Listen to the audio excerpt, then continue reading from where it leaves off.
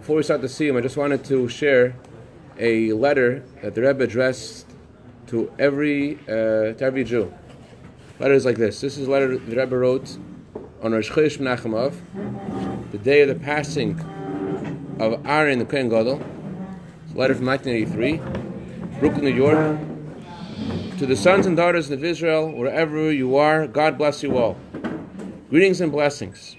It's known the teaching of the Baal Shem Tov that everything that a person sees or hears is instruction for him in the service of God. And this is what the service of Hashem is all about, to understand from everything a path in serving God. It's known the teaching of the Mizisha Magid and the Torah of the Alter Rebbe. They explain the words of our sages, know what is above you. How did the Magid and Alter Rebbe explain those words? They explain the words to mean, know whatever happens above, whatever happens in heaven, all comes from you. Whatever happens in heaven, as it comes from the Jewish people. It's known the teaching of the Mittler Rebbe, which is something that's understood from the books of the hidden wisdom, meaning the books of Kabbalah, that God is the essence of goodness and is the nature of someone who is good to do good. From this is understood that the story of these days, the stories of the Bein HaMetzarim, and the end of the 3 weeks, the 9 days, which conclude with the 9th day, that are days of mourning. And the Rambam, in his book, which is a book of halacha, he writes that mourning is one of the paths of tshuva. Mourning is about tshuva. In the words of the Rambam, the mourner is supposed to examine their deeds and do tshuva. And in addition to it being a time for tshuva because it's time of mourning, the days of the fast days, the first of the day of the 3 weeks is a fast day, and the last day of the 3 weeks is a fast day. The 17th of Tammuz and 9th of Av. So a fast day is also, the theme of a fast day is tshuva. So the beginning of the 9 days is in the first day of the 5th month. The 5th month counting from Nisan. And it reminds us of the day that Aaron HaKohen passed away, because Aaron HaKohen is the only person the Torah itself says the date of his passing. Aaron passed away in the first day of the 5th month, and it's understood that the point of remembering the passing of Aaron, especially the Torah itself writes about the passing of Aaron and tells us and the instruction of Torah is something which is eternal. It's an instruction that these days should be remembered, and the tshuva that comes by meditating in the meaning of these days brings to good deeds in sync with that these very same days, that in these days we do, and not just in these days, but it should continue even after these days, actions that Aaron HaKohen instructed us to do. What are the virtues of Aaron HaKohen? His deeds and his actions are explained in our Holy Torah, the written Torah and the oral Torah, in many places. And in the Mishnah it says that what is the path to become a student of Aaron? And we're commanded about this. And the language of the Mishnah is, be a student of Aaron, love peace, pursue peace, love creatures, and bring them close to Torah. This is a special relationship for these days especially. Thinking about the destruction of the Beis HaMikdash and the cause for the destruction, which is senseless hatred. So the tshuva, the repentance for senseless hatred, is through Avos Yisrael. Until the highest level of Avos Yisrael, love for no reason whatsoever. And redemption from exile, and the removal of exile as a result of Avos Yisrael. And through, especially by adding and learning Torah and Staka, as Yeshaya Navi writes, and Yeshaya Navi is called the Navi of, his name Yeshaya means salvation. He said Tzion, which refers to Jewish people, Zion refers to Jewish people. How will they be redeemed? They will be redeemed with Torah, Mimishpat, and B'tzedakah. Which tzedakah, when we do tzedakah, what happens when we give tzedakah is that it brings love between the poor person and the rich person. Tzedakah brings people together. So that is also in sync with what we were saying before, that in the day of Aaron's passing, we're supposed to think about what Aaron taught us about Avos Yisrael.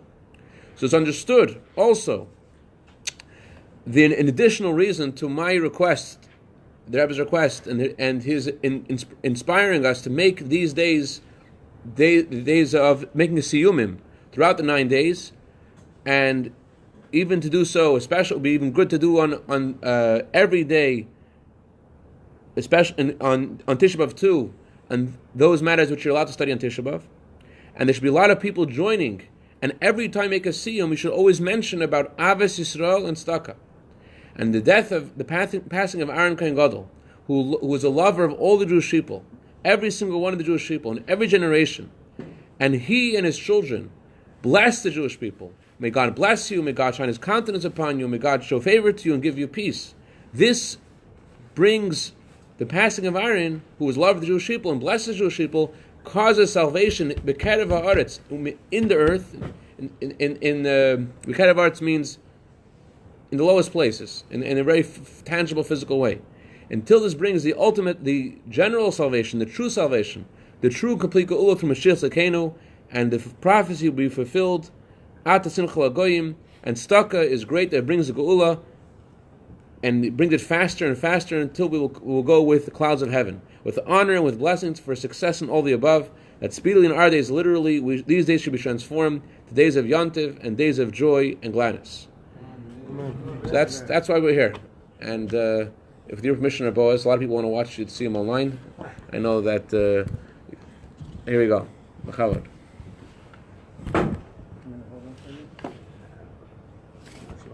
Which Masechta are we doing? Okay, so see him on Masechta Nadarim. And there's a saying that practice makes perfect. You want me to talk louder? They say practice makes perfect, and there's actually research that has shown that you don't really get proficient at things until you've done them 10,000 times. And that's why Bill Gates was successful in computers, and that's why professional baseball players are successful as hitters or as pitchers, whatever, because of repetition. There's a basis in Torah, and I can't remember exactly what the number was, I believe, though you don't really get proficient in something in Torah until you've learned it 100 times. And 101. 101 is you go beyond what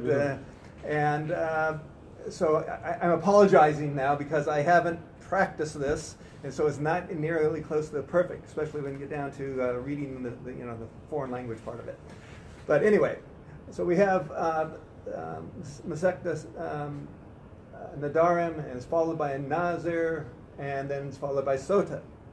So when I finished Nadarim, I started a Nazir. And the first Mishnah in Nazir is kind of like the hashtag Me Too movement. Seems like it's defining partial terms and equivalent terms.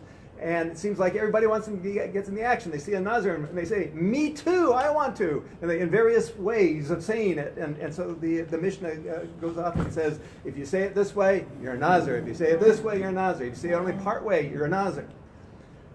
So you would expect the Gemara then to start discussing that. But what the Gemara on the first Mishnah says is that it asks the question, why is Nazir in Seder Nashim, dealing with women, because it has nothing to do with women whatsoever. So the answer given, is that excessive drinking led a woman to a possible adulterous relationship, and which led to the Sota test. And anybody who witnessed the Sota test was inclined to become a Nazir in order to abstain from alcohol. So personally, when we learned this in Daf Yomi class with Yessi, when I reviewed this, I remember there was a question I had that why is Nazir actually before Sota? If the justification for it seems like Sota should be before Nazir, because that's the explanation for why Nazir is in Nashim. So we have, as I said, this is Masechta Nadarim, and we have a Nader. We constantly, hopefully, if we're trying to avoid making a neder, we say bli neder. But there's also a shavua, a neder being defined in English as an oath, and a neder as a vow, and a shavua as an oath. And there are differences, but they're subtle, and I really can't do justice to the defining them and particularly defining the subtleties of them. But I'm going to talk about it a little bit, and I hope you'll manage with me. So a neder is a vow that one takes that results in a commitment to do or not to do something that has substance. So for example, if I say that I'm not going to sleep anymore. Sleep itself has no substance, so therefore it is not I can't make a neder on that fact. I could turn that into a shavua, because shavua, the idea of substance is irrelevant. A shavua, an oath, is there's many types of shavuos, several types of shavuos, but the one we're dealing with here is more or less a curse to happen to a person if he does or doesn't do something, and frequently they invoke God's name or some phrase that is understood to be related to God. Instead of saying in God's name, they say on the Most High, which people would understand to mean referring to God. So as the neder and the shavua are very similar to one another, one would think that they would be in the same seder of the Mishnah. And perhaps because they're so similar, they'd be next to one another. You find Masechta Shavuos is in Seder Nazikim, damages between Makos and Avodah Zarah, whereas, as I said, Nadarim is in the Seder of Nashim, women.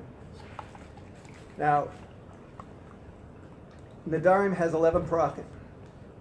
Real quickly, chapter 1, how to vow. Chapter 2, what is a vow. Chapter 3, rhetorical vows and definitions of types of people that might be included in a vow. Chapter 4, scope of vows.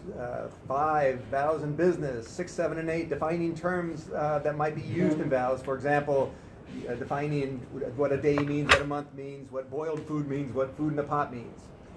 And chapter 9, which vows can be annulled and who can annul them, whether it's a Beis Din, whether it's somebody professional, whether it's actually a valid vow. So the first parak in Nadarim is similar to Nazir in that it deals with statements that are considered equivalent to making a vow, equivalent to making a neder. So if in Nazir, you have that same thing, and then the Gemara then starts and says, what is this doing here? What does this have to do with women? You might think that you would have the same question on the first Mishnah in Nadarim. So why is Nadarim in the Seder of Nashim? But surprise of all surprises, it doesn't say that. It doesn't question that. It doesn't begin with that at all. So it's still a question, and so a possible answer to that is given.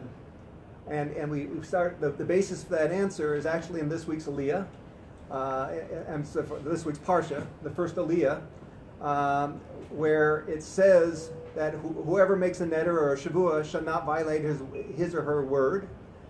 And then there's a lineup of 14 psukim dealing with nadarim by a woman, whether the woman is unmarried, whether she's betrothed, whether she's married, or whether she's divorced. And it talks about whether the father can annul the vow, or whether the chassan can annul it, whether the husband can annul it. What happens if she's divorced and she's made it? Is she stuck?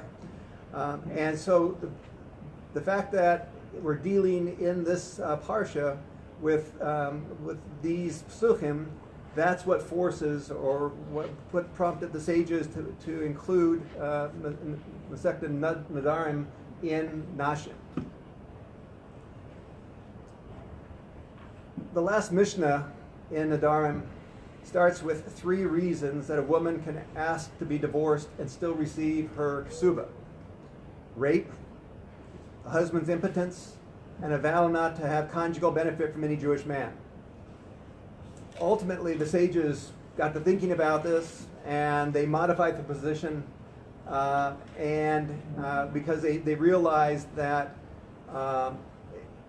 if they left it the way it was, that a woman might use any of these excuses to divorce and remarry someone else because she looked over and said, hey, that guy's a good-looking guy, or a guy has got a great personality. I'd like to be married to him, so I got to get rid of my husband. So I'm going to claim one of these 3 things. And so they modified that stance.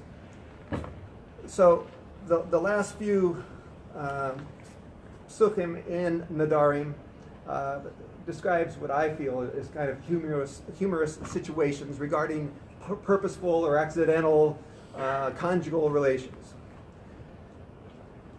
The first couple of them are describe a situation where a married couple, have some sort of system in the morning where that's basically an acknowledgement that there had been a relationship that was held. And in both cases, the woman initiates, and the man says, "What are you talking about? Why are you doing this? We didn't have relations." And so the woman said, "Well, I had relations with somebody, so maybe we should look at perfumer was one of them, and I forget who the other one was." Rava said, I believe, Rav Nachman said that she's making it up. She's just looking for an excuse to divorce her husband, because if the adultery had taken place, then it would raise the question as whether the husband can stay with the wife or not. Then there was a situation where there was a man in the husband's house, the wife was in the house, and so you had the possibility of an adulterous relationship. The husband comes home from work, and the possible adulterer bursts through a wall and runs away. So the question is, did they commit adultery? Should we suspect adultery or not?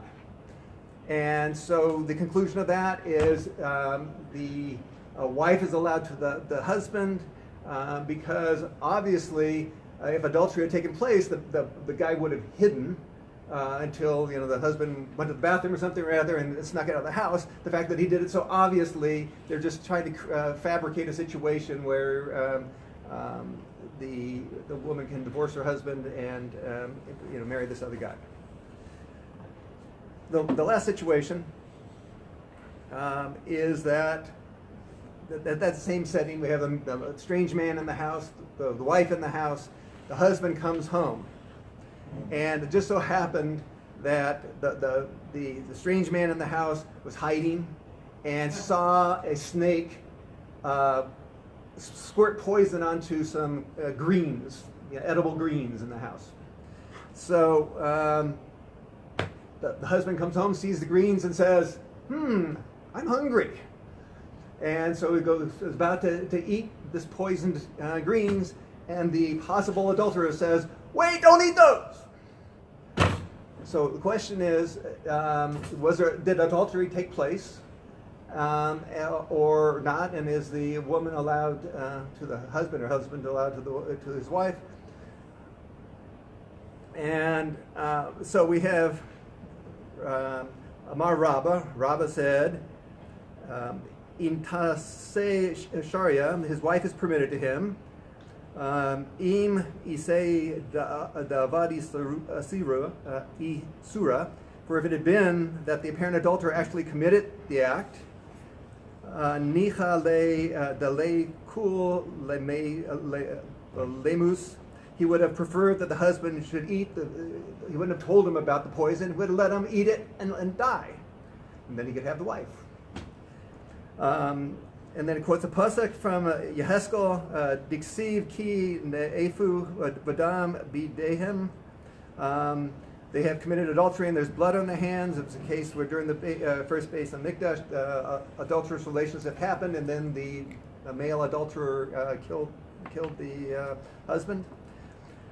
So the Gemara wonders why Rava needed to cite that particular pasuk, and says, Pashita, it's obvious that a true adulterer would have let the husband poison himself so that he could have the wife.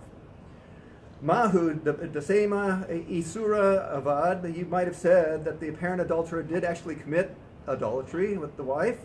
Bahai da'amarle, and the reason that he told the husband not to eat the poison cress is danichav le delo lemus ba'al, that he would prefer the husband not to die.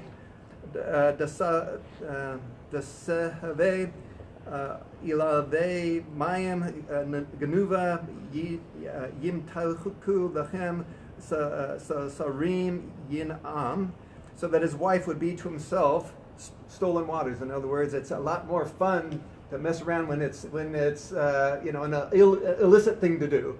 But if he allows the husband to die, then it's not illicit anymore.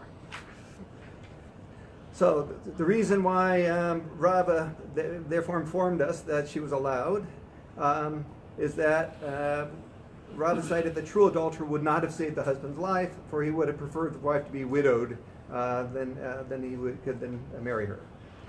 Haderech alecha ve'ilu nadarim v'salika la maseches nadarim.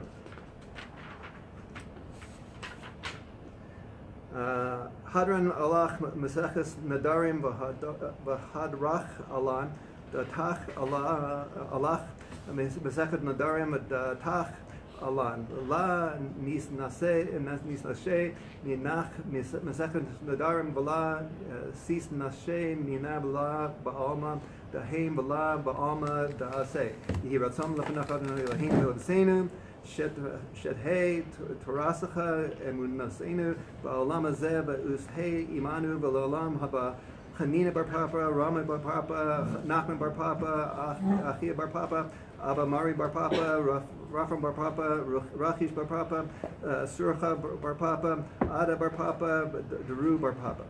Ha'aram na Adonai Eloheinu be'es divrei sorasacha b'finu u'fios amacha be'es Yisrael v'niyeh v'kulana anachnu v'tzatzenu v'tzatzenu v'tzatzei amcha be'es Yisrael kulanu yodei Hashemecha v'lomdei torasacha lishma Melvai Tachakmeni mitzvasecha ki le'olam hili yehi lidi samim v'hukecha laman lo ebosh le'olam ha'eshkak kudecha ki bam hisani baruch atah Adonai hamdenu hukecha la'amenu amen selah ve'ed modim anachna v'tanecha Adonai Eloheinu v'levasenu she'asamta chelkenu v'yoshvei beis hamidrash v'lo samta chelkenu v'yoshvei karonos sha'anu mashkimim b'hem mashkimim b'anu mashkimim b'livrei sora b'hem mashkimim b'dvarim b'telim anu amelim b'hem amelim Anu amelim kablim sachar behem ameli be'enam makablim sachar anu ratzim behem ratzim anu ratzim nachaye olam haba behem ratzim liv er shachas l'shenamar ba'ata Elohim toridim liv er shachas anshe damim b'mirma lo yachatsu yemeihem v'ani evtakbach yiratzam lefanacha Adonai Elohai B'shem she'azartani b'sayim Maseches Nadarim came ta'azreini b'haskil Masechtos usfarim acherim usaymam liomod lilamed lishmor la'asos ukayim es kol divrei salma torasecha ba'aba uskora kol hatanim ha'amarim Amoraim, Samidei, Hachamim, Yamor Li, Ulzari, Shalo, Samush, Hatorah, Mipi, Umipi, Zara, Zari, Vazara, Zari, Ad Olam, Sis Kayem Bi, Vahis Halecha, Tamcha, Oscha, Bashach, Bacha, Tishmar, Alecha, Hakit sosa ki tasihecha ki vi yirabu yemecha v'yosifu laha shanos chayim orech yamim yimina bismola v'osher v'kavod Adonai aluz la'amagitin Adonai yivarech es amo v'shalom.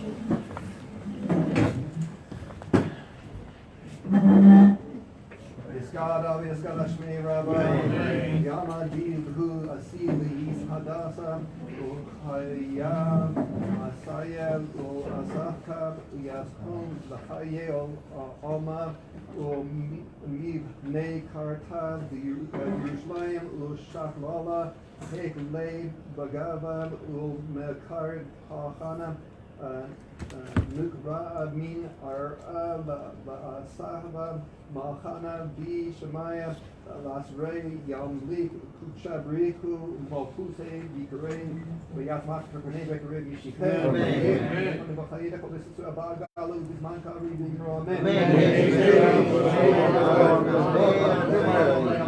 Suare Bistabak is there from Miss Nasadius Adavis Oldus Medical Shabreko. Amen. Called Revolution all Yisrael are going to multiply Hamid Samide Hamakama. The Brisa Dibasahadi Medical Halls of Sar. The Hela Han Shlam Rabin, Hisraf, and behind my written Uzana, Rubicon, Prakan, Min Kadan, Abu Bishmai, Amen. Islam Rabin, Min Shamai, Hakim, Lema, Yisrael, Amen. What say shall be Mamo, who yes, say shall Lema, Yisrael, Amen. Okay. Everybody's invited for your first dairy of official 9 days. I thought look at the scene, do we have to make flesh? Spare boys.